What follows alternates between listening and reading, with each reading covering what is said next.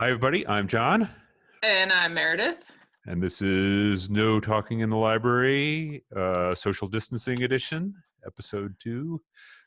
Last Uh, time we talked about some of the things that we have been reading and watching and listening to while we've been at home. And in this episode, we're going to just throw out a couple of suggestions of things you can watch and hopefully pass the time a little bit more enjoyably. yeah, yeah, this is, as we were saying sort of last time, this is obviously it's not an ideal situation for a whole host of reasons, but there are a lot of things that you can check out just with an internet connection or using the resources that the library has. Today, we're just going to talk about mostly some things that are on pay services, some things that are just readily available for free. I have a 5-year-old, and it's hard to find things that he wants to watch a lot of TV. That I just it's little kid TV and it's not that great. I mean, I probably don't ever want to see another episode of Fireman Sam, but so I introduced him to one of my favorite shows, which is a show called Man versus Wild. Man versus Wild is a show. The main guy in it is a guy named Bear Grylls. He's a young, very fresh-faced English guy. He was in the British Special Air Service, which is the sort of British version of the Green Berets, and broke his back in a parachuting accident in Kenya, and then went on to climb Everest and do a bunch of things, be an adventurer. And he did the show where he just goes around to all these places and spends a few days there, sort of showing you survival techniques and talking about the sort of like unique qualities of various places. He goes to all kinds of, he goes to the jungles of Panama and Ecuador. He goes to Zambia. He goes to Siberia. And it's just a really awesome show. He's constantly, doing completely crazy things, eating completely crazy things, bugs, you name it. Um, it's there's some stuff in it. Okay, so I'll say this about it. There was a kind of scandal at a certain point. He was doing sort of Desert Island One, and it turned out that he there was a couple of sort of like gotcha things in it where people were like, oh, somebody helped him build the raft that he built, and you could sort of there's some other things you can find around the internet. But the fact of the matter is, like, when you see what this guy does, I will just say there's an episode, and I think he's in Kenya, where he does something to get water that was so unbelievable, and I will not even describe it. It's in season 2. I heartily recommend that you watch it. It's all on Amazon Prime. But I will just say about this thing that he does that he would never have to. I don't care if it's all fake. I don't care if the entire rest of it is fake, to be 100% honest. I remember watching the show a little bit when it first was airing. I was a little surprised when you're like, "Yeah, I've been watching Man vs. Wild." So I watched a few episodes in the last couple of days, and I will have to say that the benefit of watching Man vs. Wild right now is that it makes me so happy to be inside at home. Right. And he's got this. He's this. He's a kind of a religious guy. It comes out in some of the things he says, and not in a way that I think is completely authentic. But he's also very optimistic, and and a lot of one of the things he's always sort of saying is if you're in one of these situations, you have to be an optimist about what you're doing, and you have to just sort of set yourself doable tasks and do them. And there's a way in which this is a sort of like metaphor or sort of applicable to the situation that a lot of us find ourselves in, where you're just like, oh my gosh, what am I going to do? Well, you need to, like, set yourself tasks and do them. And I will say too, there was another show that was sort of happening at roughly the same time, called Survivorman. I think Survivorman is available on Amazon Prime. I haven't checked.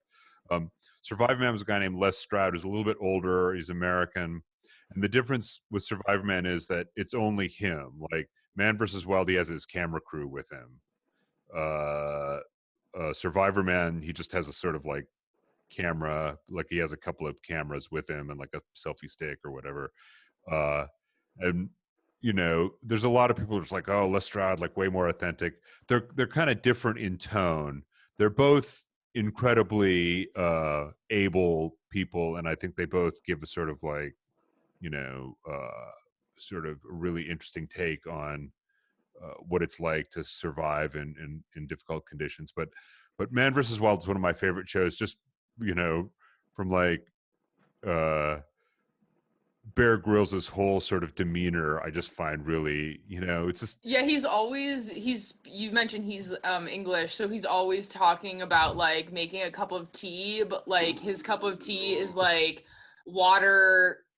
I don't even know. You don't even want to know the ways that this man scavenges for water, but it'll be like a tin cup with like a pine branch like sticking right. in it, and he'll like be sipping it.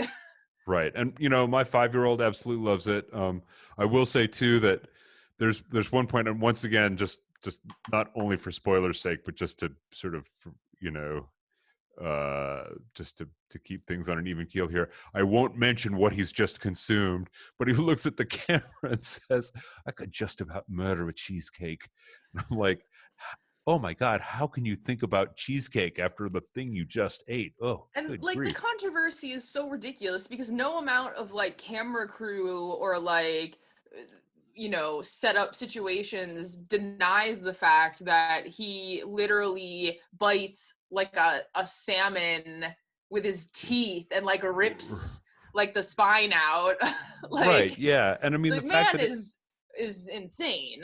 yeah, he's wandering around in Siberia. It's minus 30. There's no way that that's not unpleasant, even if you got a camera crew, and a cup of tea with you. I mean, it's Yeah, really impressive, but also I think like the kind of thing that sort of will make you feel better about your circumstances, probably. definitely. You're not sleeping inside of a camel carcass. That is 100% correct. um All right, changing gears. I think another great suggestion for something to watch is Shira and the Princesses of Power. This is a Netflix animated series. You might be familiar if you were watching cartoons in the 80s. Be familiar with Masters of the Universe. It's not called Yeah. He-Man, right? It's called It's Masters of the well, Universe. it's I think it may be He-Man and the Masters of the Universe Masters or of the something like, Universe, but and yeah, it's but it's sister spin-off, She-Ra, Princess of Power. Um, this series is a reimagining of She-Ra.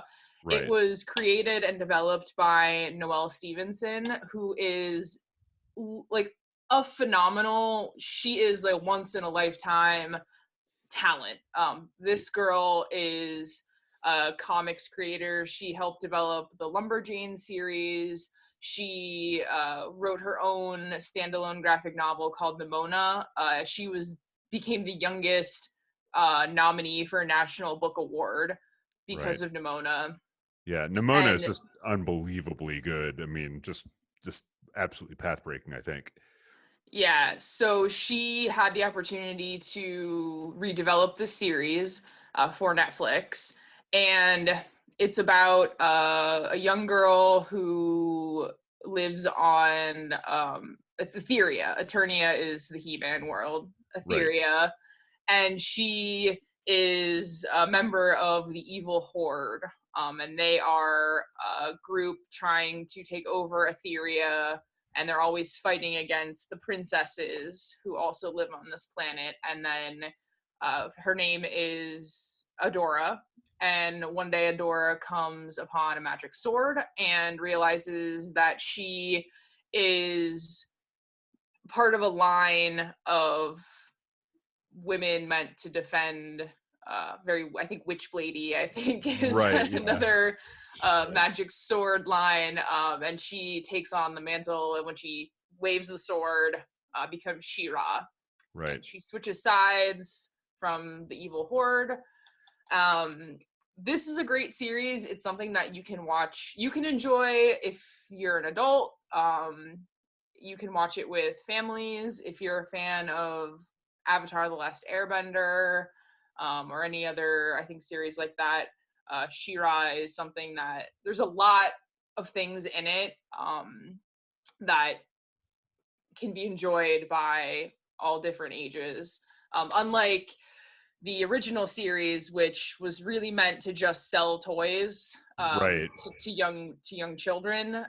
Side note: there is a series also on Netflix called "The Toys That Made Us." Have you seen it? I have. Yeah, it's about the toys of childhood, like He-Man, Master of the Universe. There's a Power Rangers episode. There's a Barbie episode, and the men who created He-Man are like ridiculous, and they Yeah. literally used every trick in the marketing book to convince kids to buy these toys. Yeah, And it's absolutely. hilarious because they got into massive fights with the Barbie people who ended up developing Shira, and they're all fighting over who came up with He-Man, Right. and it's Right, right. hilarious. It's a Um, really great show. My kid who's 5 years old just absolutely adores it.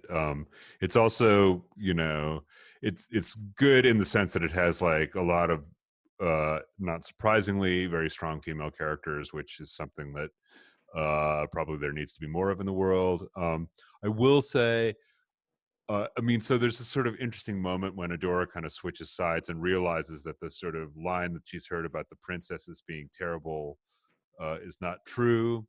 I think it's a little strange that she didn't realize this before, considering she lives in a place called the Fright Zone. and Like, works for the evil horde. right, yeah, which I mean, like that's the thing about like bad guys never acknowledge really that they're bad. Like, I mean, it's one of those odd sort of comic tropes. But that aside, I think it's just an absolutely fabulous show. It's really well done. It's No, got so much to it too. Like there's an incredible diversity of the character, sort of create, like each character sort of is different shapes and sizes. Um, there is like LGBT representation. There's family stuff. There's war. It's just there's so much in it that it's not just the cartoons that, if you're older, you might have in your mind that cartoons are sort of like episodic and are meant to basically thinly veiled advertisements. right. And this is not that, and I think it's something that can be enjoyed by a lot of people. Yeah, it's a really. I mean, if you want to sort of, I recommend to Twitter users to follow Noelle Stevenson on Twitter. Like she posts just a lot of funny stuff. Every now and then, like she'll just go off and kind of break Twitter. But she's a really funny person and really, uh, really interesting. Has a lot of interesting things It to say just, too. like I said, phenomenally talented. It's Yeah, just a massive talent for sure. Yeah. So I think the next thing we're going to talk about is Killing Eve. Yeah, There's a new season. Is it out it now? I just haven't seen. started. It just started. Um, Yeah, I haven't seen the new episode of season 3 yet. But this is a series on Hulu. I think. right, Well, it's AM. Is it AMC and then on Hulu right. or Yeah, something that's like that? that's what I Yeah. think it is. Um, This is developed by Phoebe Waller-Bridge, I believe, of Fleabag, which is not a show that I got into, but I do like this. right, And it was a book series, which I think you know a little more about it right. than I do. Books I think were originally called. I think the first one. It's by a guy named Luke Jennings, and Codename Villanelle is the first one. It's about a young woman who is the book sort of starts with the Villanelle character, who's a sort of really psychopathic assassin, young woman, very beautiful, just a chameleon, able to sort of shift into roles. The series starts with she's Canadian, I think, in the series. It's what's her name from Grey's Anatomy? Sandra Oh. Sandra Oh. And it's weird now. My Katrina's been watching Grey's Anatomy, and like it's hard for me to take the Sandra Oh character on Grey's Anatomy, like because of having watched Killing Eve. But it's Sandra Oh is a Canadian analyst working for MI6, and she sees this pattern that nobody else has seen of these murders, and she ends up She like pursuing. profiles.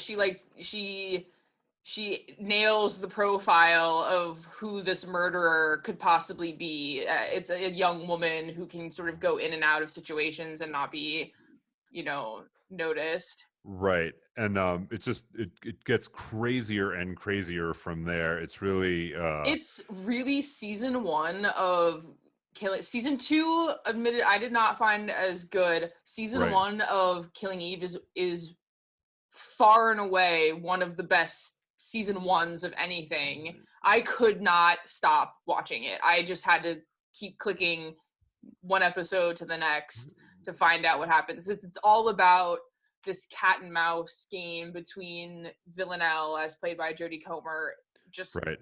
another phenomenal talent. The Right. accents that she does are just mind-blowing. Yeah. And then Sandra Oh's character, Eve, as Eve pursues Villanelle, but Villanelle is also becomes weirdly obsessed with Right. Eve and likes the chase, and it's so Right. good. Yeah, Jodie Comer is just she's just absolutely massively talented. And it's funny, if you watch, you can see on YouTube like interview pieces with Jodie Comer, interview clips with Jodie Comer. And she's from somewhere in the north of England, and it has like a really heavy like northern English accent. And it's really weird to hear that coming out of her mouth. I mean, I won't even try to imitate it, but I recommend that you look it up, because it's really like it just illustrates how like It's massive the not talent is. anything she does. Her default accent is Russian, Right. and she does British accents on the show, but it's not It's her not her accent in British real accent, life. right? Yeah, it's absolutely incredible. And just there's some absolutely crazy action scenes. There's some twists in it where you're just like, you'll get to the end of an episode and you're just like, wow, I really did not see that coming. Yeah, it's one of those tightly plotted series also that you're just like, you're following the threads and each one sort of ties together, and then you're like, oh, here's this third thing. And it's also funny. Right, You wouldn't expect it to be because there's some horrific murders in it, right, but it's also surprisingly funny.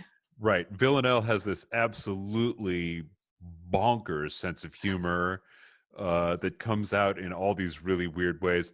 And I don't know that I could be around Jodie Comer, like having seen this, because I'd be afraid that she was just going to kill me. Like at Yeah. some point that the mask would come off, and she's like, but yeah, just I can't recommend this show highly enough. When Katrina and I watched it, we just watched it like beginning to end. I don't think we stopped between episodes the entire time. It's just unbelievably good. So the last thing I want to talk a little bit about. Late at night, I spend a lot of time noodling around on YouTube, and YouTube is a great place to find like music videos and videos of talks and stuff like that. The great thing about YouTube is, I mean, there's like a pay part of YouTube now. If you want to pay, you can watch the Karate Kid thing. What was it called? Uh, Oh, yes. they did a series Oh, based Cobra on this. Kai. Cobra Cobra Kai. Kai. Yeah. The first season of it is really, really good. The rest of it is the second season, so I didn't think was that good. But they got Ralph Macchio, and they got the guy who played the bad kid, and it's really well done. But so one thing that people do on YouTube is they start these YouTube channels and they just post content, and they're trying to get you to subscribe to it. And a lot of times they have Patreon accounts, so they can monetize it some ways. But there are people putting up like really interesting stuff that you can watch for free on YouTube, and the one that I go to a lot is there's a guy named Rick Beato. I'll post a link to this when we posting this video. He's a record producer. He's done a lot of stuff in the music business. He lives down in Atlanta, and he does a series called "What Makes This Song Great." where he breaks down all kinds of songs by all kinds of different bands, like, everything from like Led Zeppelin to Sum 41 to uh, you know, all kinds of classics, um, and modern stuff too. And he breaks it down. He breaks it down to the individual tracks, and he'll tell you he's a fantastic musician on top of everything else. He'll like show you like this is exactly what they did, and here's how they did it, and here's how the bits work together, and here's how the progressions work together. You don't need to know anything about music, but it really, I'm a musician. I'm not, ever going to be on top of the pops or anything, but I know enough about it to get sort of like the high end stuff that he's talking about. But you don't have to know any of that stuff to really get and appreciate. I mean, the fact that he could spend 20 minutes breaking down a Sum 41 song, and I ended up listening to it and being like, wow, oh my gosh, they really did something interesting there. Like, and he does these sort of like discussions. There's a guy who's on a lot, sort of young guitar player named Rhett Shull. He has his own channel where he posts stuff about the music he's doing and different sort of gear stuff. You can just learn a lot about, if you're a musician, you can learn a lot about different sort of gear that you can use. And it's really, if you're a musician, and this is just sort of one example, you could just learn a ton of, I mean, it's funny now, YouTube is sort of this way that musicians learn how to play, right? Like in the old days, and I know your dad is a musician and probably did this a lot, like found out that decided that he liked a song, listened to it about 80 times and sat there trying to figure out all the bits. Now, like on YouTube, you can watch some joker in his bedroom in the Ukraine, playing it note for note, and you can see it that way. But so like I really want to recommend to you doing a little deeper dive in YouTube, because you can find all kinds of really interesting long form stuff. People are posting documentaries on YouTube now. You can find like full episodes of shows on YouTube. It's completely free. All you have to have is a sort of internet connection, and it's a place that you can find like lots of interesting, lots of useful stuff, to just sort of give yourself something to kind of distract you from the situation we all find ourselves in right now. Yeah, I totally agree. I think I mentioned earlier, or in this video or the last one, I've been doing a lot of cooking, got a lot of time and I don't want to go outside.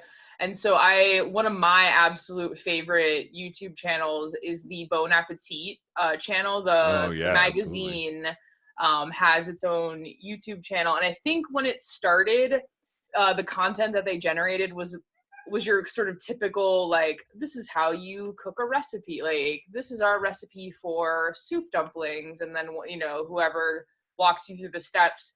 And then it sort of developed and changed from there, when I don't know exactly when they started doing it. They started giving each sort of chef their own series. But it really blew up with Claire Saffitz. She is a pastry chef who was an editor at Bon Appetit. And she has this gourmet make series where she takes a snack food and then recreates it professionally, and Right. tries to using, better ingredients and, in your home kitchen. And she's such a perfectionist that, like, it can't just be okay. Like, she has to be exactly right. And so watching her go through this process, trying to like reverse engineer the snack, and like her like hitting walls and becoming, and as the days go on, like she gets more and more frustrated and Right. dejected, and like watching that is so satisfying Right. because of that, because just like watching her, and it sounds awful, but like I think she enjoys it. I don't think she would be doing this if she Right. didn't like doing it. And then the other part of it is that as she goes on, like the other chefs are in this test kitchen, and so you'll see you start to learn all of the personalities of the other Right. chefs. So like Chris is like the super taster who can like give her advice, and Brad is like the dad friend, and like Delaney is like, you know, the cheerful compliment, you know. And so she gets all this feedback from the other people in the kitchen, and they have their own channel. So it's almost like this sort of extended, overlapping Bon Appetit universe. Right. Right. That you can just, it's really just so fun and nice to just see them all interacting and seeing them like have fun together. And it's really fun to watch Claire fail repeatedly, and then when she nails it at the end. And it's, Right. you know, and I, you know, along the way, I maybe will have learned a couple. I learned that the number one mistake the home chef makes is undersalting your food. So I have had that in my mind as I've been cooking. So That sounds great. I mean, I've watched some of that stuff, and I really but let me just, just to give people a sort of insight into our working lives, like it's so often the case that like we'll be sitting around and you'll like have some video on where someone's making something really delicious, and like I'll be like, okay, this is great. Now I'm going to go up to the break room and eat my peanut butter sandwich. Like, thank you so much for. Um, but yeah, no, I've watched some of that stuff, and I agree. It's just absolutely entertaining, and people, I think, make too much of like, okay, you're in this situation, you got to improve yourself. No, you're in the situation, you got to get through it, and stay friends with your friends, and be kind to people, and be kind to your family. So this is not one of those situations where like what you should be doing is these projects to develop yourself or whatever. If you want to do that, and you're in the mindset to do it, that's great. But what you should really do is find some things that make you feel, happy and content to the extent that you can be. I mean, just, the situation is what it is. But so hopefully we can, maybe point you in the direction of some things that'll help take the edge off a little bit, at least. yeah. So hopefully we'll be back here relatively soon with maybe more recommendations, or maybe John and I will just have a pointless conversation to pass the time. Right. Yeah, we might as well put that on the internet. Yeah. We're interesting people, right? Yeah. All right. Well, I'll see you next time. All right. See ya. Right. Bye.